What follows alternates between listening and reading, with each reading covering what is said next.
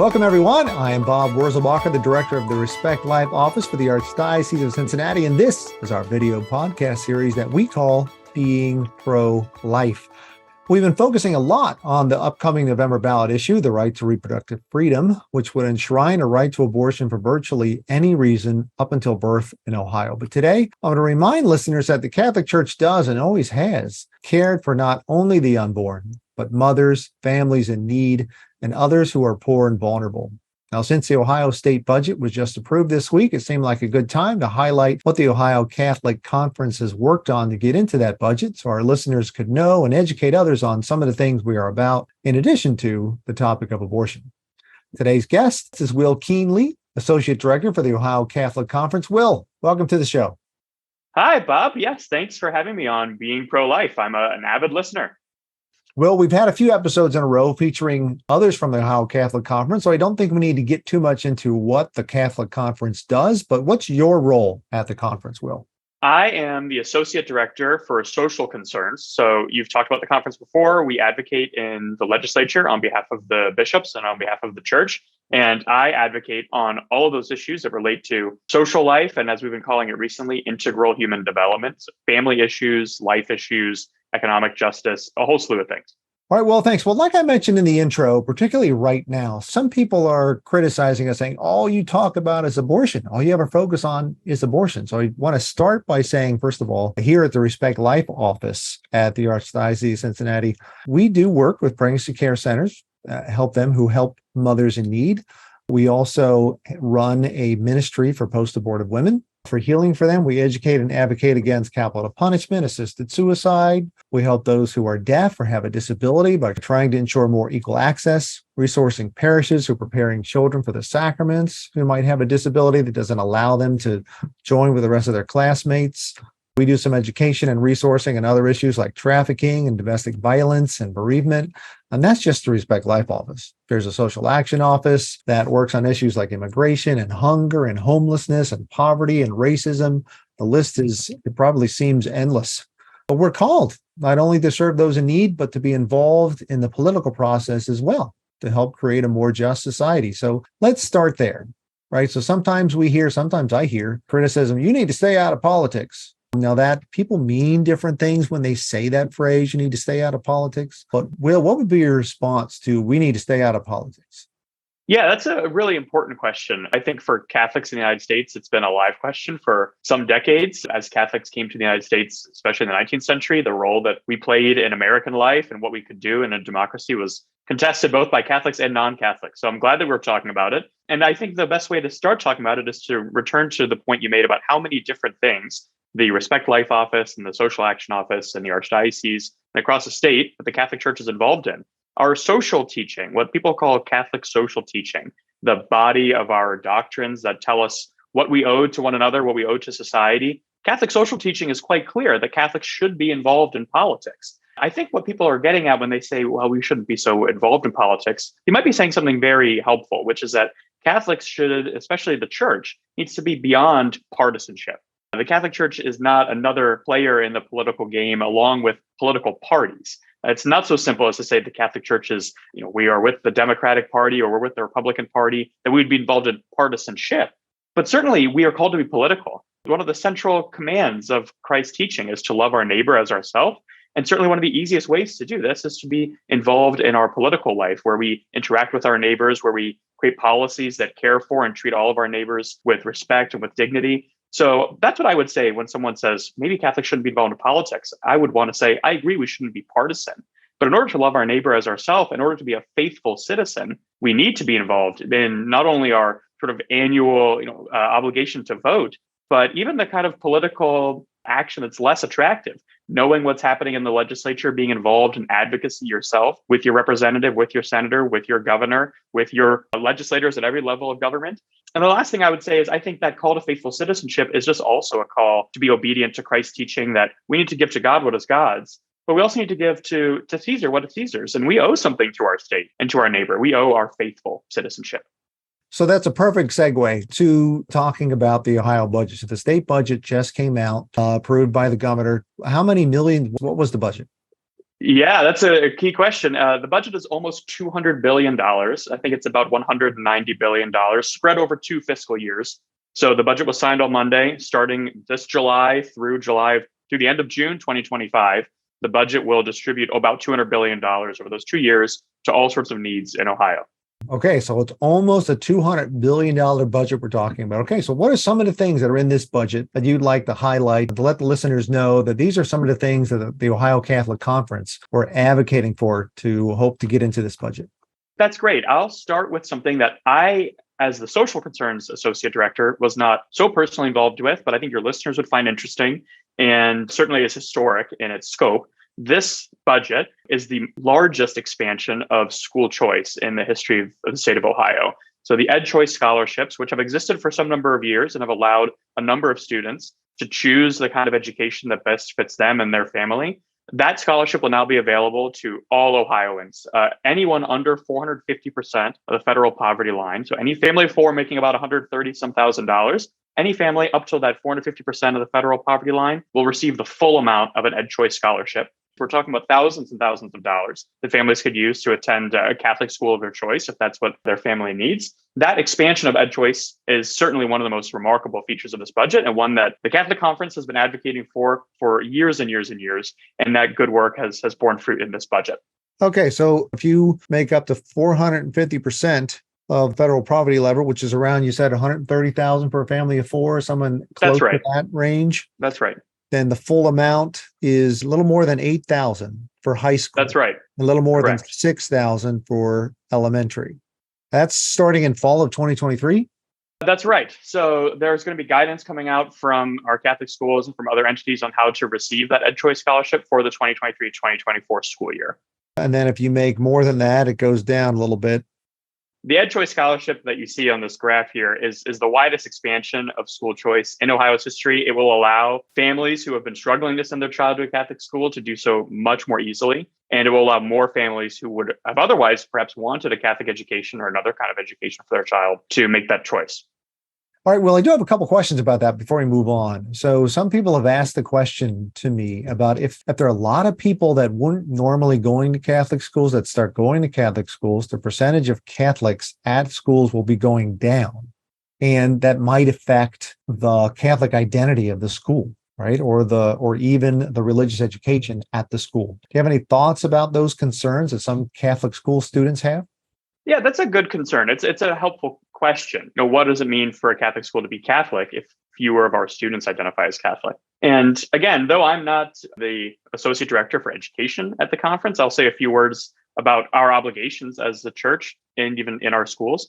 We have an obligation to serve even students who aren't Catholic at Catholic schools. There's a famous sort of saying that people give about Catholic schools that we don't teach students because they're Catholic. We teach students because we are Catholic.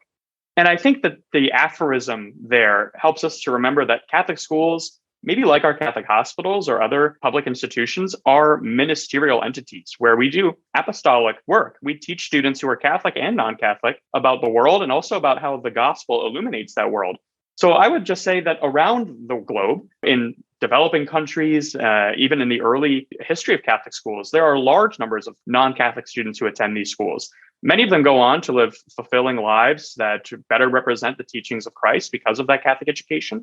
But I also can tell you from personal experience, I was a Catholic school teacher for a number of years. We also have students who arrive at the beginning of their Catholic education, non-practicing Catholics. And by the end of the time they're in their Catholic school, I've seen a number of students convert to Catholicism because of their communion in the Catholic school, because of the friendships and the relationships they developed with their teachers. So in response to a very legitimate concern, I would say, let's remember that our Catholic schools are also a kind of ministry, and that by bringing in students who aren't Catholic, we're not doing anything other than what we do when we try to bring non-Catholics to Mass.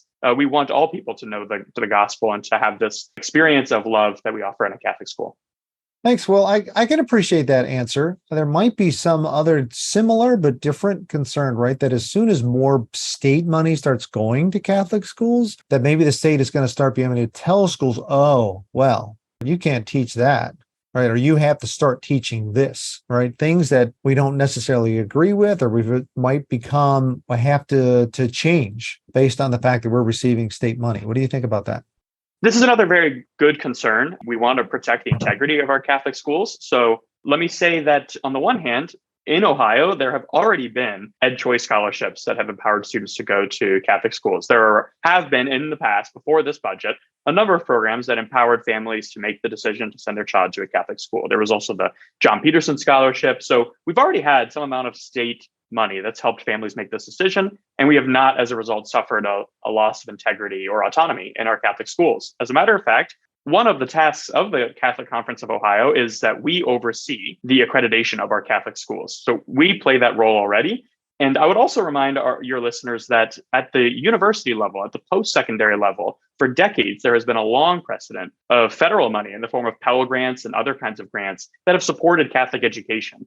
So there's already been a relationship between these two entities without a loss of Catholic identity. And we're very optimistic that we can continue that cooperation and partnership between Catholic schools and the legislature as we have. Thanks, Will. Hopefully that does help some of the concerns that some people have about that and recognize that this should be seen as a really good thing. But there are a lot of other things in this budget, in addition, of course, to school choice. So what are some of the other things you want to highlight that we were really pushing for in this budget? Yes. So I talked about school choice first because that is such a sort of monumental change in this budget, but we should get into some of the ways that the Catholic Conference was advocating for the state policy, the state budget to support vulnerable families, pregnant women, young families. So one thing that was in this budget was a continued funding for a program that the Catholic Conference very much supports, a program called Healthy Beginnings at Home. Healthy Beginnings at Home was piloted just a few years ago, and this program identifies pregnant women who are at risk of losing their housing and comes alongside these women, stabilizes their housing, offers wraparound supports both during and after her pregnancy. And the results of the Healthy Beginnings at Home program have just been fantastic. So as I said, this was a sort of pilot program that had a research element to it. And so for several years now, the Healthy Beginnings at Home program has proven that if you come along and support pregnant women who are in a vulnerable way, the health of their children will be markedly improved over if that woman had to sort of sort things out on her own and risked possible homelessness. So I would encourage your listeners to look into the results of the Healthy Beginnings at Home program. The findings about that program are available online, and the program justifies itself multiple times over. So we were glad to see that program would continue to be funded. It's going to receive about $2.5 million for fiscal year 2024.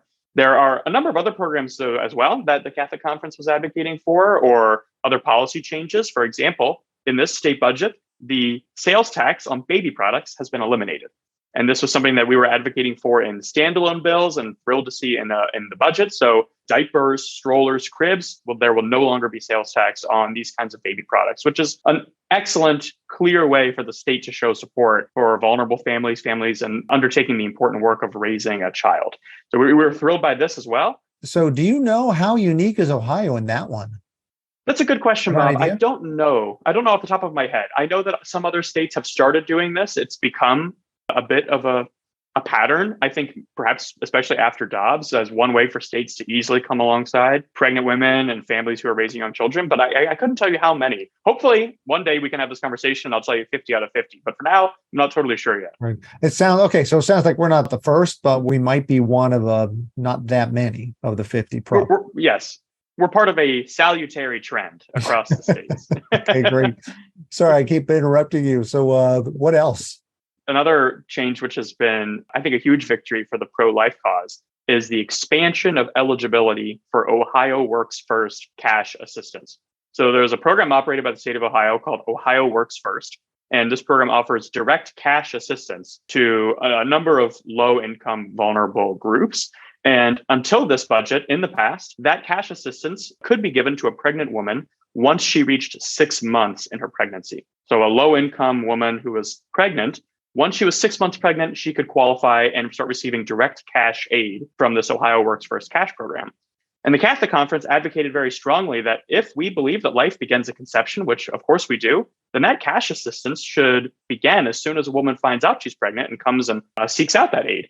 So starting in this budget, the Ohio Works First cash assistance program will be eligible to any woman at any stage of her pregnancy. And we see this as a huge victory for the integrity of the pro-life cause in a state like Ohio, where we really say in our policies that we believe that life starts at conception. I didn't know about that one. That's a new one. A final thing about the budget that I want to point out that relates to the dignity of especially early life The budget also reorganizes the laws around newborn safety incubators. So some of your listeners may be familiar with these kinds of incubators that maybe a fire department might have, so that a very young child could be placed here and the community can come around and support this young child now if for some reason a family isn't able to do that. So we're glad to see that those laws will make it easier and clearer how to go about creating those kinds of newborn safety incubators. Well, thanks. Well, I'm sure there's probably other things as well related to that, but let's talk about maybe some broader issues as well that the Catholic Conference was supporting that isn't even directly related to moms and young children. Great. Yeah. Let me start by talking about a really sort of in the weeds kind of legislation that the Catholic Conference was involved in. The Catholic Conference, as we advocate for the needs of all vulnerable Ohioans, is also aware of the needs of our seniors and elder Ohioans. And the Catholic Church across the state has a number of affiliates and partners and even operates low-income senior housing facilities. And in the last General Assembly, so in the 134th General Assembly, a policy change allowed county auditors across the state of Ohio to tax those low-income senior housing facilities at a much, much higher level at their market value. And this was gravely concerning to a number of our partners that we spoke to who worried that at that market value taxation, some of these facilities might have to go into foreclosure one day. Many of these facilities are already operating with such a close attention to the needs of their residents. Some of these residents make somewhere between $13,000 per year. So these facilities don't exactly have the means to raise rent, to raise their revenue and pay a much higher tax rate. So through our advocacy, we made sure that in this budget, the laws around county taxation of these kinds of low-income senior housing facilities would be reformed. So a new tax valuation formula, which came about as a compromise between the Ohio Housing Council and the County Auditor Association, is now what's in the Ohio Revised Code. So now there's this new tax valuation formula, which will keep those low-income senior housing facilities solvent for many, many years, so they can continue to do the good work they do for the low-income seniors and elder Ohioans that live there. So we were very thrilled to see that change as well. Great. Other things that are in the budget that might be particularly interesting. I'll point out one final thing, because I know that this is work that you do in your office, Bob. There is an initiative that the budget funded up to $2 million called the Technology First Initiative, which funds programs that look into delivering technologies and leveraging technology to come along, especially Ohioans with disabilities, using technology to assist their needs. So that's a really wonderful program, and I would encourage you to look into it. It's going to be funded at $2 million. Do you know more about what kinds of, is this all kinds of this sight devices, hearing devices? Is this, what else are we talking about? Do you know? Yeah, I think it's a very broad program that I think looks into any kind of technology, whether it's for mobility or these other needs that would help a Ohioan with a disability. All right, great. Well, I'm definitely going to have to look into that as well. Yeah. So thanks, Will. So besides the budget, what is the conference advocating for among legislation that the House and the Senate are working on that we're trying to get passed? Yeah, this is a good question. We will take a few weeks off, probably that active advocacy over the month of July and into August. The legislature goes on a bit of a break for the summer, but just before that break, in addition to our work on the budget, we were advocating on a number of other bills that we'll pick up again when we return in the fall. One bill that we just came out with that I think your listeners will find very interesting was House Bill 5. And House Bill 5 reorganized the adoption process. It reformed some of the procedures involved in adoption in Ohio and makes it easier for a family, whether they're adopting domestically or internationally, to do that and to support the birth mother who perhaps these Ohioans have partnered with along the way. So one thing that this reform does is it raises the disbursement ceiling of funds that can be given to a birth mother to help her in the final months of her pregnancy in terms of her housing or medical needs. So it raises that ceiling to about $6,000. It was $3,000. So this mother can now be supported with a $6,000 disbursement. And it reorganizes a number of issues related to the sort of legal process of bringing about a child into your home through adoption. So we were glad to come out for that bill. It has passed the House unanimously, and we'll be going into the Senate as I said, when we return in the fall. So we'll continue to follow that bill into the Senate.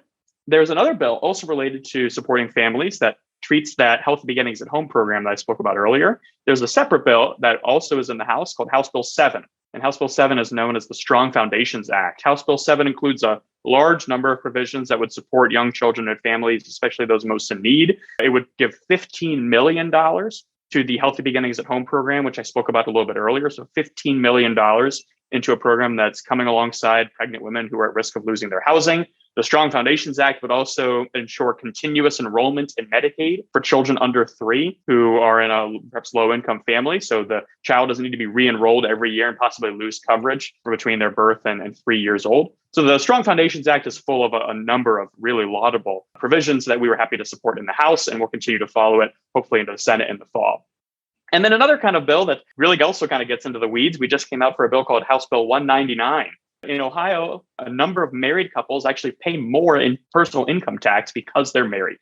It has to do with the way the Ohio progressive tax bracket works. It's some complicated tax information here, but what I'll say is that House Bill 199 would make sure that any married couple wouldn't pay more in personal income tax than they would if they were filing as 2 single people. And of course, as the Catholic Conference supports marriage, it's the most fundamental society. We don't want to penalize marriage in our tax code. So we're very hopeful that House Bill 199 will show that the state of Ohio also values marriage, at the very least by removing the tax penalty that currently exists for a number of couples. So those are some issues related to family life, but we've got other bills too that we're working on. I know one of them, of course, is capital punishment. You want to say a little bit about that one? Yes. So this bill is in the Senate currently. That's the Senate Bill 101. And I would encourage your listeners to look this bill up and to write to your legislators about supporting this bill, which would abolish the death penalty in Ohio. So I know on your podcast in the past, Bob, you've talked about capital punishment and the church's teaching on how even here for the incarcerated person, the dignity of life obtains. And not only the dignity of life, but also over time, the Catholic Church has been one of the voices which has said we should be gravely concerned about some of the moral errors that are often involved in the execution of capital punishment. Between the fallibility of the process whereby we find someone perhaps guilty of a crime and then would possibly punish them with execution, to the tremendous financial costs at both local and state level, there are any number of reasons to decry the use of the death penalty. But of course, to the Catholic Church, one of the most central is that we see here a human life, and it is not up to us to remove a human life. So we are advocating very strongly in the Senate currently, and of course also in the House when a bill is introduced there or when the bill moves there, to see Senate Bill 101 and to see the abolition of the death penalty as an issue that's as close to the heart of the Catholic Church and as close to the heart of the pro-life cause as abolishing abortion. So we're very hopeful for that bill, Senate Bill 101, that's going to come back in the fall, and you'll see the Catholic Conference coming out to give testimony in support of that as soon as we can. All right. Well, Will, if listeners want to know more about what it is that the Catholic Conference is advocating for in the legislative level, we can find that on your website, right? Yes. So if you go to our website, ohiocathconf.org. All right. So here are the pages right here. And where do we go from there?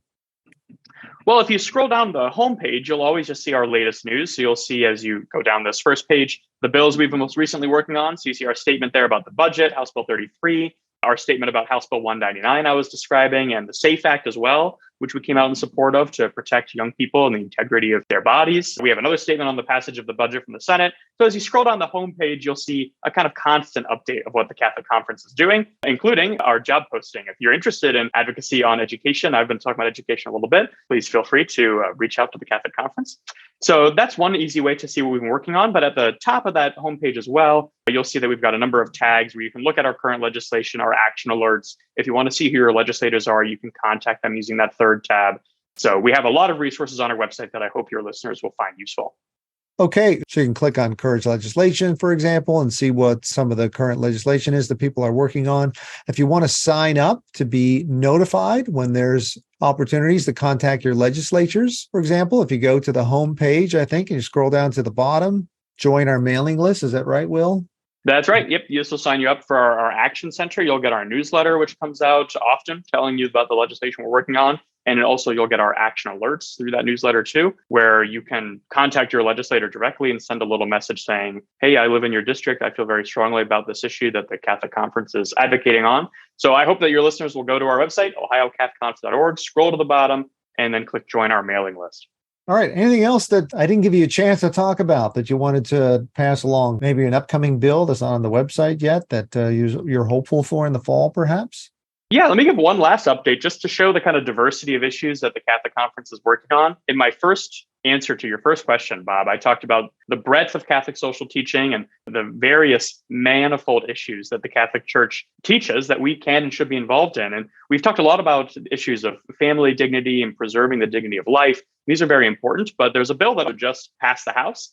This was House Bill 106. In Ohio, we are one of about 9 states currently where an employer doesn't have to give their employee a pay stub. And as a result, there are about 200,000 people in Ohio who functionally don't earn minimum wage, because by the time their wage gets to them, there have been so many deductions or other possible issues that they're unaware of, that their paycheck doesn't reflect what our federal government even calls a minimum wage. So by getting a pay stub, at the very least, someone can know where is it that I'm getting deducted, and maybe I can raise a concern about that if I want to. So in Ohio, we want to make sure that our laborers, our workers have dignity as well. This too is part of the Catholic social tradition, that workers have an innate dignity and that they should be respected and honored in the work that they do and protected as workers. So we were glad to come out for House Bill 106, which, as I said, has passed the House and will follow that into the Senate. So we are hard at work in the legislature here, working on economic justice, the justice that's owed to the preborn, and even the justice that we owe to our environment.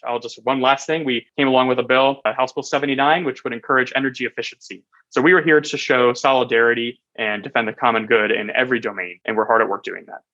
Well, thanks, Will. Thanks for talking with us today about what the Catholic Conference advocates for, right? Showing that we care not only about the unborn, but moms, families, and all those vulnerable in order to promote the common good. Thanks for spending time with us today, Will. Thank you so much, Bob. And please, if you're interested, check out our website, ohiocathoconf.org. I'd be happy to communicate with any of your listeners. Send me an email. And I want to thank all of our viewers and listeners for tuning in on this episode of our Being Pro-Life series. Head to the website to view all the links talked about in this episode at www.catholicaoc.org/beingprolife. Thank you again for joining us today. I look forward to being with you next time.